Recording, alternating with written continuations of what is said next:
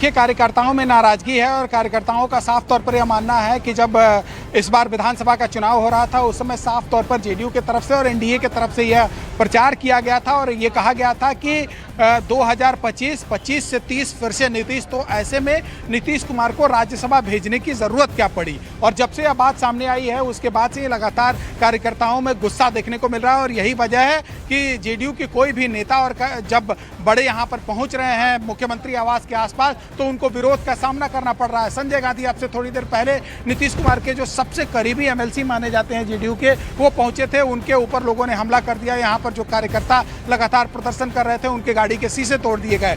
उसके अलावा बीजेपी के एक मंत्री पहुंचे थे, राजेंद्र चौक से गुजर रहे थे, उस समय भी जेडीयू के कार्यकर्ताओं ने उनके ऊपर हमला कर दिया। तो विरोध का सामना लगातार करना पड़ रहा है। लेकिन एक चीज जरूर देखा गया है कि नीतीश कुमार इससे पहले जो भी फैसला ले लेते हैं उससे पीछे नहीं हटते हैं। आपने देखा होगा जब जीतन राम मांझी को मुख्यमंत्री बनाना था उस समय भी इस तरह की स्थिति बनी थी। नीतीश कुमार निकले और राजभवन जाकर और उन्होंने इस्तीफा सौंप दिया और उसके बाद 2 दिन तक लगातार हिला हवाली इसी राजेंद्र चौक पर चलते रहा। नीतीश कुमार अपने बात से पीछे नहीं हटे। तो अब नीतीश कुमार ने अपने एक्स पोस्ट पर यह जाहिर कर दिया है कि वो अब राज्यसभा जाना चाहते हैं और इसलिए वो अब नॉमिनेशन की तैयारी कर रहे हैं और नई जो सरकार बनेगी उसका पूरा सहयोग और समर्थन रहेगा। जाहिर सी बात है अब नीतीश कुमार ने यह तय कर लिया है। अब दूसरी बात सबसे अहम है कि क्या निशांत कुमार, जिनकी बात की जा रही थी कि निशांत कुमार अब बिहार की राजनीति में एक्टिव होंगे और बिहार में डिप्टी सीएम होंगे। जो पोर्टफोलियो अब तक बीजेपी के पास हुआ करता था वो सब जेडीयू के पास चला जाएगा और जेडीयू का पोर्टफोलियो अब सब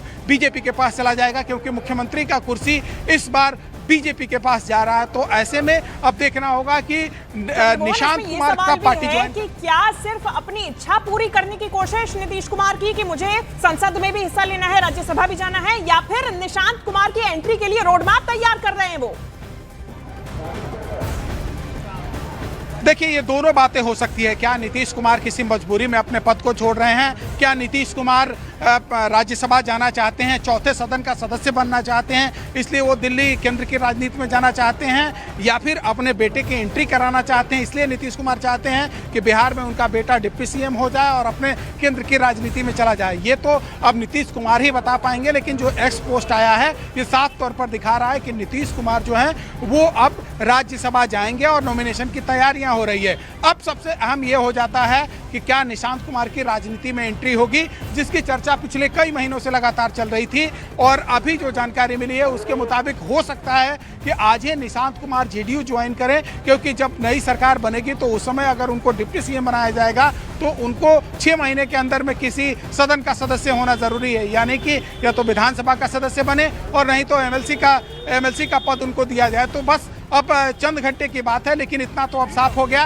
कि नीतीश कुमार राज्यसभा जा रहे हैं और अब बिहार में बीजेपी को अपनी सरकार, नई सरकार बनने जा रही है और अब तक जो पोर्टफोलियो बीजेपी के पास हुआ करता था वो अब जेडीयू के पास आ जाएगा और जेडीयू के पास जो पोर्टफोलियो था वो अब बीजेपी के पास चला जाएगा। अमित शाह 12 बजे के बाद पहुंचेंगे। उसके बाद जब नॉमिनेशन हो जाएगा तो बीजेपी के नेताओं के साथ, कार्यकर्ताओं के साथ और जो विधायक है उनके साथ एक मीटिंग भी है। उस मीटिंग में भी शायद ये लगभग खाका तैयार किया जा चुका है कि कौन बिहार का अगला मुख्यमंत्री होगा जो बीजेपी के कोटे से होगा। हालांकि 3-4 नाम हैं जो लगातार चर्चा में है और अब देखना होगा कि अमित शाह जब मीटिंग करते हैं उसके बाद क्या फैसला सामने आता है और किसका नाम सामने आता है जो बिहार का नया बीजेपी कोटे से मुख्यमंत्री होगा। निश्चित तौर पे और पहली दफा ऐसा होने जा रहा है चंद्रमोहन की बिहार में बीजेपी का सीएम बनने जा रहा है, क्योंकि अब देखिए नीतीश कुमार ने तो ऐलान कर दिया वो राज्यसभा जाएंगे। अब आप बता रहे हैं कि एक्सचेंज ऑफर चलेगा, यहाँ पे जो पद जेडीयू के पास रहे वो बीजेपी के पास जाएंगे, बीजेपी के पद अब जेडीयू के पास जाएंगे। लेकिन सबसे बड़ा सवाल, सीएम कौन बनेगा? बीजेपी का ही कौन सा चेहरा होगा जो सबसे आगे आएगा? दूसरी तरफ जो कार्यकर्ताओं की नाराजगी है वो कैसे दूर होगी? और तीसरी बात, निशांत जो अभी तक किसी भी प्रकार से राजनीति में कदम नहीं रखे हैं, कोई बैकग्राउंड नहीं राजनीति का, वो कैसे बिहार की राजनीति में एंट्री लेंगे? फिलहाल आप अपडेट दे रहे थे, कितनी ही देर में नामांकन के लिए जा सकते हैं, क्योंकि ऐलान तो कर दिया, यानी कि नामांकन के लिए भी जाएंगे। कितने बजे का समय? देखिए जो जानकारी मिली है उसके मुताबिक 12:20 के करीब अमित शाह पटना पहुंचेंगे और 5 एनडीए के राज्यसभा के उम्मीदवारों का नामांकन होना है और ऐसे में एक जो है नाम वो नीतीश कुमार का है और दूसरा जो नाम है वो है नितिन नवीन। नितिन नवीन के नामांकन में शामिल होना है और नीतीश कुमार का जाहिर सी बात है नामांकन है तो उसमें भी अमित शाह शामिल होंगे। और उसके बाद बीजेपी कार्यालय में एक बैठक है और उस बैठक में लगभग खाका तैयार किया जाएगा कि कौन अगला बिहार का मुख्यमंत्री होगा। लेकिन नीतीश कुमार का जो एक्स पोस्ट आया है ये साफ तौर पर दिखा रहा है कि भले ही कार्यकर्ताओं की नाराजगी कुछ भी हो, लेकिन नीतीश कुमार ने यह तय कर लिया है कि उनको राज्यसभा जाना है तो वो अब राज्यसभा जाएंगे ही जाएंगे। ये कल से लगातार अटकलें चल रही थी और कल दोपहर के बाद 2 बजे के बाद नीतीश कुमार ने यह तय किया कि उनको राज्यसभा का सदस्य बनना है और वो जिद पर आ गए थे कार्यकर्ता और जो उनके परिवार के सदस्य थे, जो पार्टी के नेता थे, वो लगातार समझाने और बताने की कोशिश कर रहे थे कि नीतीश कुमार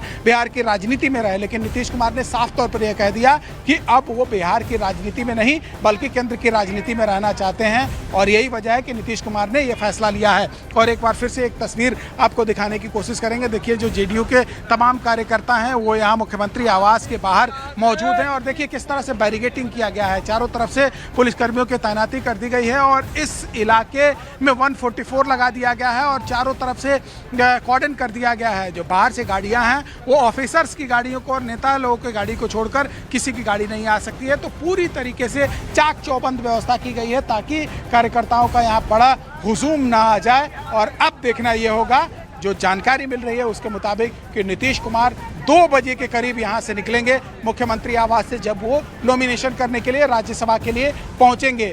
AR जो रसीद होता है नीतीश कुमार ने कटा लिया है, नीतीश कुमार के नाम का कटा लिया गया है वहाँ से रसीद और साथ ही फॉर्म भी आ चुका है। तो फॉर्मेलिटीज़ लगभग पूरी की जा चुकी है, फॉर्म भरा जा चुका है, नीतीश कुमार की सहमति सामने आ गई है और अब वक्त का इंतजार हो रहा है जब 2 बजे करीब नीतीश कुमार यहाँ से निकलेंगे और विधानसभा पहुंचेंगे नॉमिनेशन करने के लिए। और बिल्कुल चंद्रमोहन, इसके पहले किसी प्रकार की कोई मुलाकात नहीं, सबसे बड़ा सवाल है क्योंकि देखिए कल देर शाम बैठक हुई थी, इसमें संजय झा मौजूद रहे, विजय चौधरी मौजूद रहे। बाद में विजय चौधरी ने कहा कि अंतिम फैसला नीतीश कुमार का ही होगा, सीएम का ही होगा। फैसला आ गया सामने, अब किसी से कोई मुलाकात नहीं।